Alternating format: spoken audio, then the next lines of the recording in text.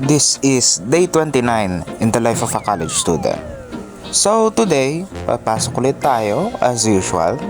So ang subjects natin today ay PE, tapos ang mathematics. So tara na, larga na. Na-fast forward ko na kasi papakita ko na lang strictly kung anong ginagawa ko. So let's go. Yan na ang cafe na di binibisita. Ito na, babaan na tayo ng tricycle. Hanapin na natin yung classroom natin. 3 buildings away, second floor. Malayo-layo ang lakad, so may libreng cardio. Ito na nga tayo.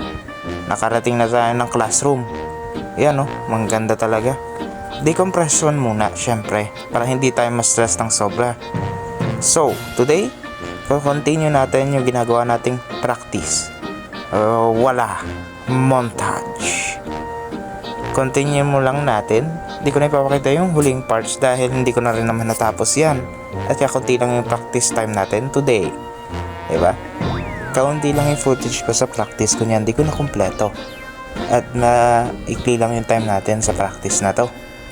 Bukas siguro. Ay hindi. Monday siguro ako makapag-practice ulit. Oo, Monday. Now, for decompression, pagkatapos natin, ang nagawa natin ay part 3 yata ng practice natin. At least may nagawa tayo, hindi sayang yung time, 'di ba? 'Di ba? O ngayon, either successful ako or satisfied lang na may nagawa ako. Ngayon magka-classroom change na tayo. Ang next subject naman natin ay yung mathematics.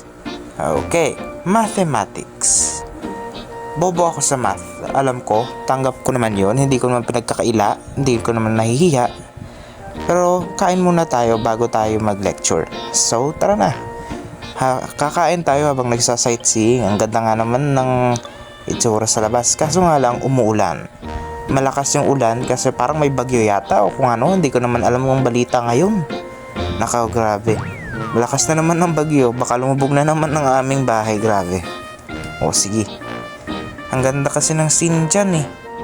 Napakahangin pati. Lalo na ngayon na na bumabagyo. Oh, hindi ko na naipakita yung lecture. Boring naman kasi yun. Tapos na yung lecture ko. Pwede na kaming umuwi dahil tapos na kaming lahat. Diba? Wala nang tao. Ako na lang. As usual, ako lang nang natira.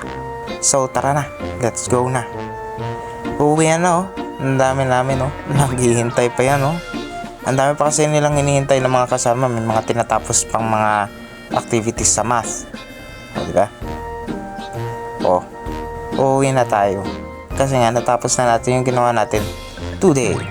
So, basically, practice ng CSS at activity para sa math. O, yun na yun. Follow, like, and subscribe kung gusto mong makita ang day 30 kasi sa Lunes pa yun. Sige na. Bye-bye!